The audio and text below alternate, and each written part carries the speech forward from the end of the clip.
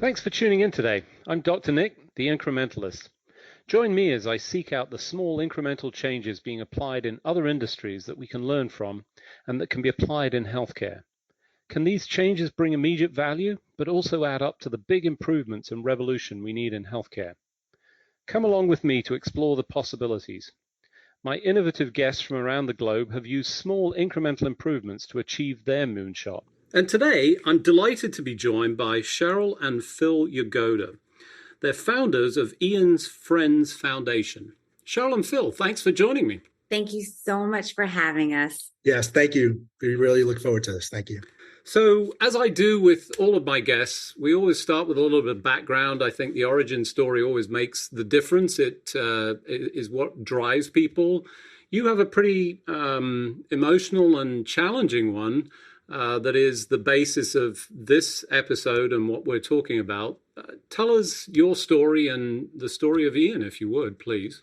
Well, our son, who is 19 years old now, right before his second birthday, granted, he has identical twin older sisters, and they were a little slow in their progression.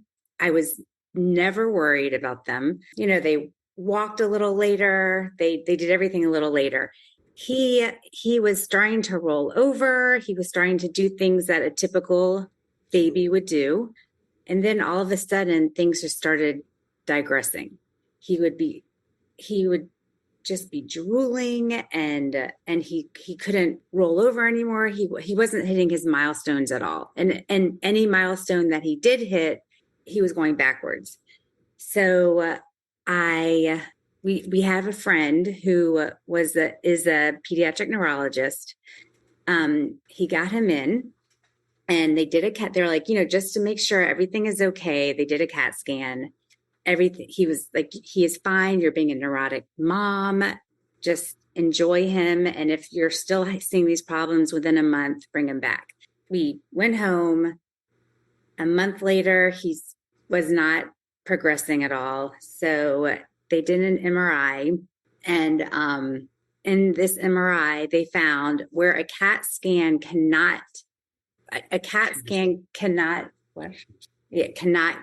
you cannot see the brain stem, I guess, or wherever his lesion is in a CAT scan. Did the MRI. They came in within 30 minutes. We were like, okay, we're going to be in and out of here in 30 minutes. Well, they came in, they're like, you need to sign this and this and this. We need we found something. We need to put dye in him. And that's where our crazy story started. So for the benefit of the listeners, your son was about 2 years old. He started having developmental problems. He has a scan. The scan appears to show nothing. He then has an MRI, which actually shows a brainstem lesion. And as you describe it, he essentially had cancer in his brainstem. Terrible place in the body. It's very difficult. Obviously, every parent's worst nightmare. Tell us briefly what happened from there and what this then became in terms of Ian's Friends Foundation. So basically, the doctor walks in the room, like Cheryl says, hey, we think we found something. And that day and those words changed our life story forever. Cheryl looked, she was bawling. I didn't know what to do. I was in shock, as our backgrounds are in finance. And, you're supposed to kind of know everything about what you're supposed to do for a living. But when they come in and tell you that about your child and you don't have any background in that, it's kind of like you hit a wall. So we went and we called everyone we could to ask, what does this mean? All the doctors we knew. I even went to work and said, hey, if you want, I'll resign, I'll quit, I'll do whatever, but I need to focus on my family now. Cheryl and I started looking into this more and more, and we learned that this is the number one cause of childhood death in kids under the age of 20 from disease. And there was so little dollars put into this. Can I say something? I'm sorry. Granted, we had no idea that brain tumors, they can be operated on. Most brain tumors can be operated on. They have something that they can do to help. a tumor in your brainstem is inoperable, and chemo doesn't really do anything for it. So they basically gave him 6 months to live. And they're like, come back in 6 months and we'll see what's happening. Wow. So, so at that point, we said we're not going to leave any stone unturned. So we went to where this thing was seen by, started on the West Coast in a very short period of time. UCSF, Children's LA, City of Hope, MD Anderson, University of Chicago, Children's National in Washington, D.C., all the places here, meaning Emory and Children's Healthcare of Atlanta. We're in Atlanta. Hopkins, NYU, Cornell, New York Presbyterian, Boston Children's, Toronto Sick Kids. We even sent the scan to Saudi Arabia to King Faisal's hospital because there's supposed to be some guru there. And every time we kept saying, where are we in research? And every doctor was like, what do you mean? I'm like, well, if we're not that far along, is it lack of brain power or is it a lack of funding?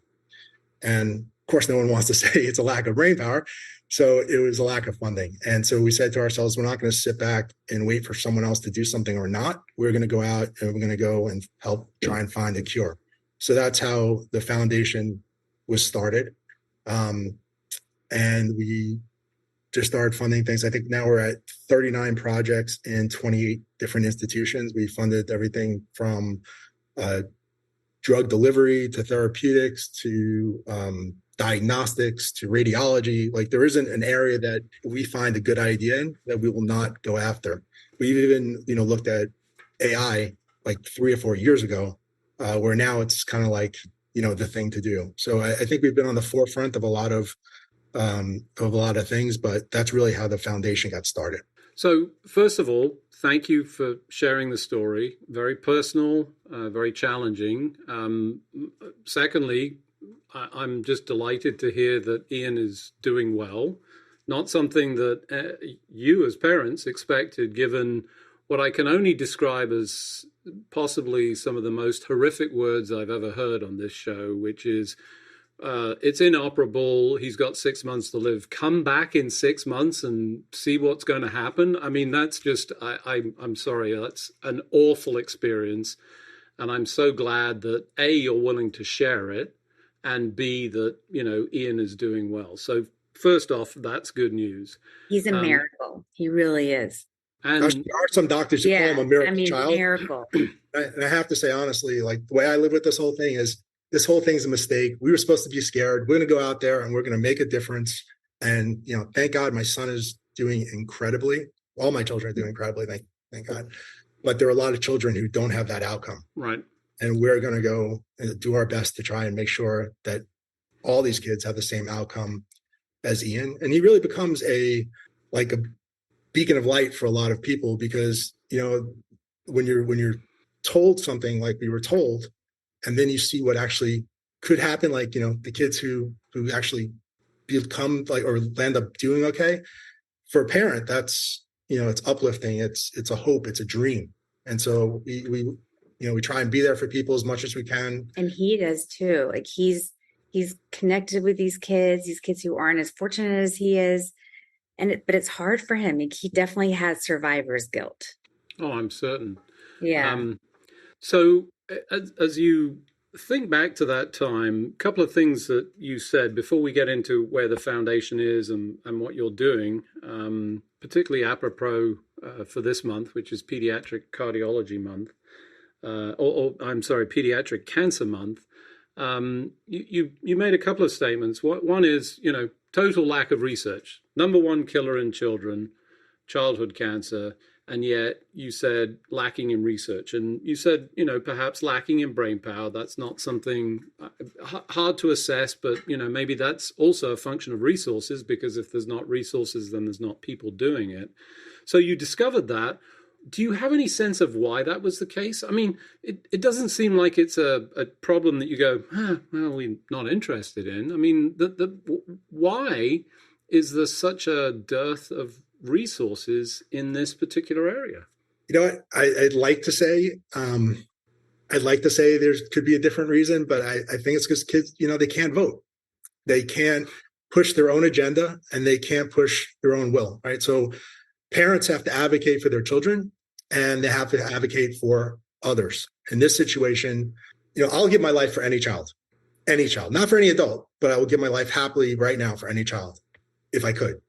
And I'd say that some people look at this as well. There's say 30 to 40,000 kids living with brain and spinal cord tumors.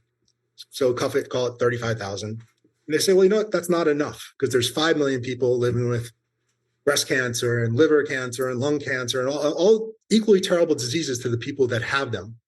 But these children need an opportunity. If you want to build out, a tree pretty quickly, I can make it a 5 million person problem too. You have 35,000 kids, they marry 35,000 kids, they all have 2 or 3 kids. You can make this a much bigger problem. But right now they look at it almost as like an orphan disease.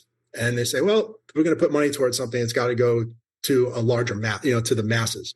Well, I would contend that, again, this is a situation that affects 35,000 kids or it affects one child. We should be looking at it. And there's no race, creed, color, religion, demographic, socioeconomic situation, or even geographic location that this does not affect, right? This does not discriminate against anything. And because of that, we need to be putting a lot more resources. I mean, look at what we did with COVID. Like in less than a year, although like they had RNA type stuff out there, they were able to come up with, something to solve the problem. We can put men in space, women in space, tin cans on the moon. It doesn't matter, right? Those are all big dollar figures. Why we can't put dollars towards saving a life doesn't really make a lot of sense to me, whether it's my child or anyone else's child. So for those of you just joining, I'm Dr. Nick, the Incrementalist. Today I'm talking to Cheryl and Phil Yagoda. They're founders of Ian's Friends Foundation. We were just talking about Ian's journey and, specifically to the lack of resources, focus, and attention. And, I've got to be honest here, the sobering assessment, which I can't disagree with, which is, the lack of voting power and representation for pushing of resources in healthcare. Thankfully, 2 parents of a child that had this decided that this was a problem that you were going to address. You set up the foundation. Tell us a little bit about that journey. So was this concurrent? What was the story with Ian's clinical course? Did he resolve, and was this part of the foundation, or how did those two coexist? So again, Cheryl had mentioned that Ian's lesion is in his brainstem. The brainstem is called like the epicenter of everything that happens in your body, right? It controls all of your involuntary functions. So your heart rate, your respiratory rate, your body temperature, your blinking, your anything like that. And the problem becomes, it's like, this is a weird thing to say, but a tumor really isn't a bad thing, right? It doesn't emit a gas. It doesn't go and kill things. It becomes a real estate problem. So when it continues to grow and grow and grow and grow in other areas, that becomes the problem. So if you think of this like a highway, and the epicenter or the brainstem is like a toll booth. If you have 3 tolls shut, you get like a little bottleneck if there's only 2 left open. And then if you have any growth, now you only have 1 open, and it becomes a real problem. But because it's very, very dangerous, a very dangerous area, Ian's is non-operable or inoperable. He's living with it. Yeah, and so he lives with it. And as parents, we live MRI to MRI. But thank God, since he's 2 years old, there's been no change. It's been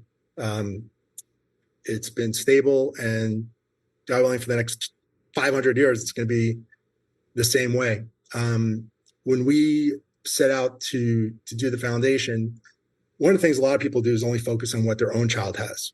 What we wanted to do was fund the best idea. And it wasn't, I think, until about the 4th or 5th project was it something that actually would directly just affect something like an inoperable tumor that we actually funded. But with that, in the course of his journey, he has overcome so many things.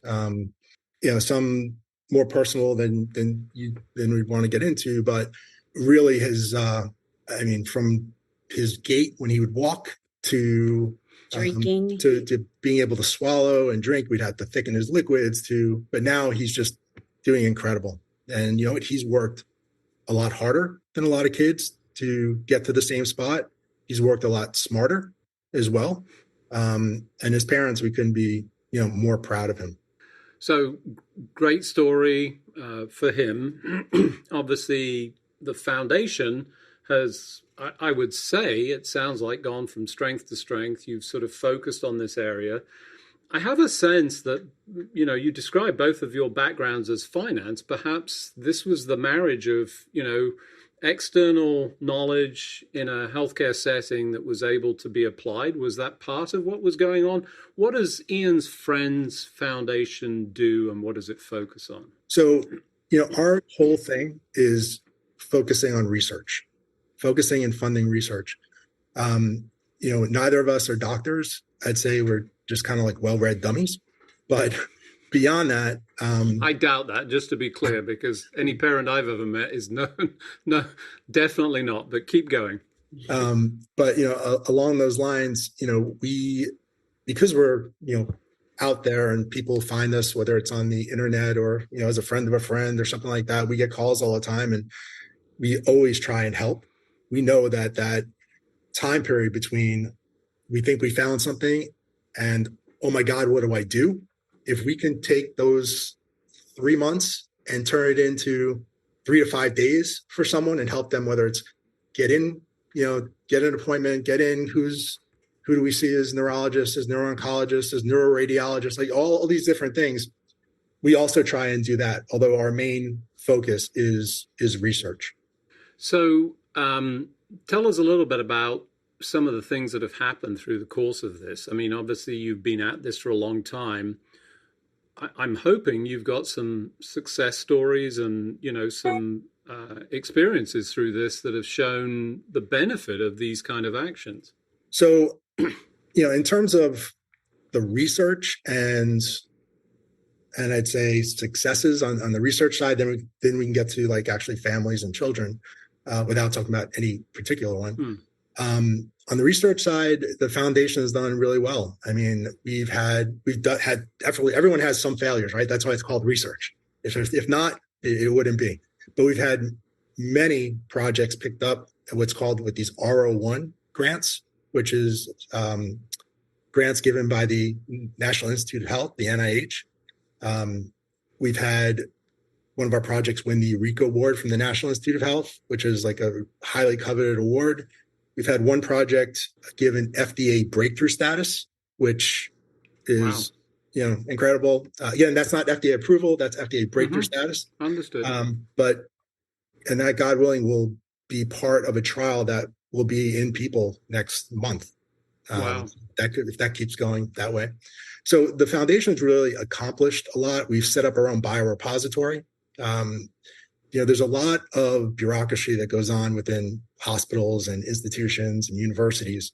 And so we set up the biorepository to basically be able to give researchers the greatest opportunity to have, live cell lines, or the greatest of cell lines that they possibly can to make the research, even better. We started something called the What If Symposium, like what IFF. So it's kind of like a play on words, but like, what if you forced collaboration or you got people to come together? In the research community, it's kind of a weird thing, right? People don't care so much about money. They care about their research, because their research becomes, or their collateral becomes, their currency. Yep. And so from that standpoint, a lot of people cover their answers. They want to move ahead. That's how you get tenure. That's how you get, all these different things. So in this What If Symposium, we set it up like a Shark Tank style approach, where effectively, instead of having a person pitching to a dais of 5 people, like you would see on Shark Tank, we have each person pitching to the entire room. So every doctor in the room becomes a shark. And so we guarantee that we fund the top 3 that win. However, we can fund basically whatever we want. So we've in the past funded multiple others by saying, hey, Dr. Nick, get with Cheryl, because we think your 2 things together would be something we would look to fund as one. So if we funded, 5 projects last time, it was really the 3 that won and maybe 4 additional that we, combined into 2. But the combinations and the collaborations that have come out of those meetings, one won a UO1 award for $4.995 million from the NIH, and that's as a collaborative between them and another institution that was funded together. We've had people hired by different universities that never knew each other, that met, and then the research went somewhere. And so a lot of things that the foundation has done has really been much different than people would expect. Just as like a foundation that would normally just give a check and say, see you in a year. We don't do that. We're very involved in our projects. We try and do quarterly updates on the phone every 6 months in writing. We get, the financials at the end of the year before we'll give you your next check. Things like that have really made a difference. So you talked extensively about all of the financials and the research and so forth, but you also mentioned the personal. I mean, this is not just a scientific or financial endeavor. This is about people, parents in particular. The two of you, you both stated that you get involved, you try and provide that support, and even Ian is, delivering against that promise. Tell us a little bit about that and, some of the experiences. I mean, that must be extraordinarily challenging. It really is. I'd have to say, one, we couldn't be more proud of our son. He has spoken to, government officials, heads of hospitals, and most importantly, families. And so experiences that he's had at such a young age and what he's dealt with and what he's done to help others, we couldn't be more proud. But I'd say, when we step back and look at things, like, we're parents. But at the end of the day, the real heroes are the parents that have lost their children or lost their fight, but stay in it to make sure it doesn't happen to others. And we've had many families that have been involved, that stay involved, and only want to see a true difference. And the best is when we've seen families that we've tried to help have the same outcome as Ian, right? That's all we want, is to see children doing well, being well, and, creating the journey of a family in the future. So singing the song of every parent on this planet, I suspect, the importance of that community, the infrastructure, the support. For the people listening, if you would, tell them how they can get involved, what the opportunities are for sort of participating, and where that all sort of sits, going forward.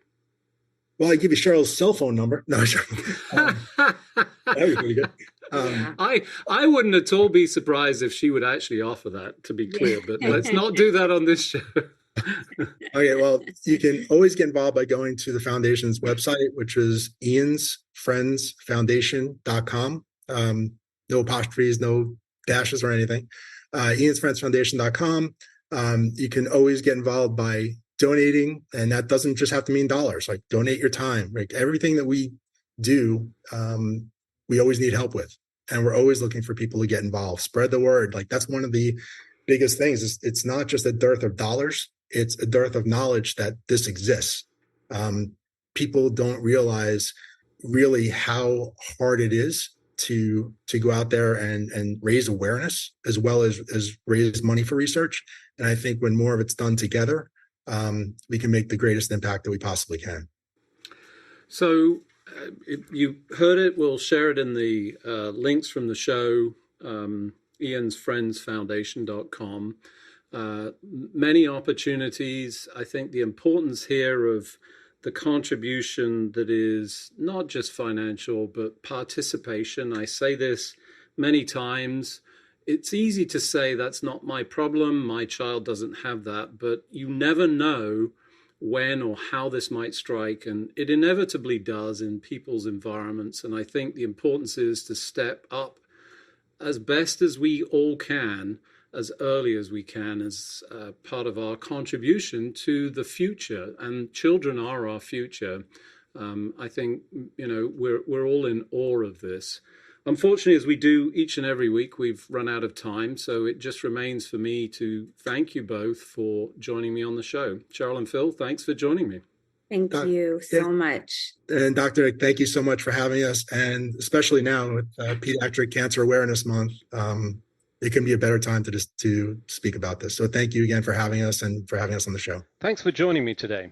Do you have any better ideas, or have you found a small incremental change that's brought about a big improvement in your world? Let's continue the conversation on our hashtag, The Incrementalist, or share with me at Dr. Nick1 on Twitter.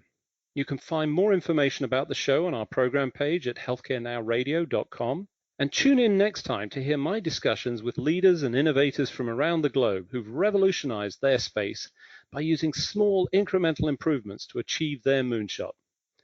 I'm Dr. Nick, the Incrementalist, and I'm starting a revolution through evolution.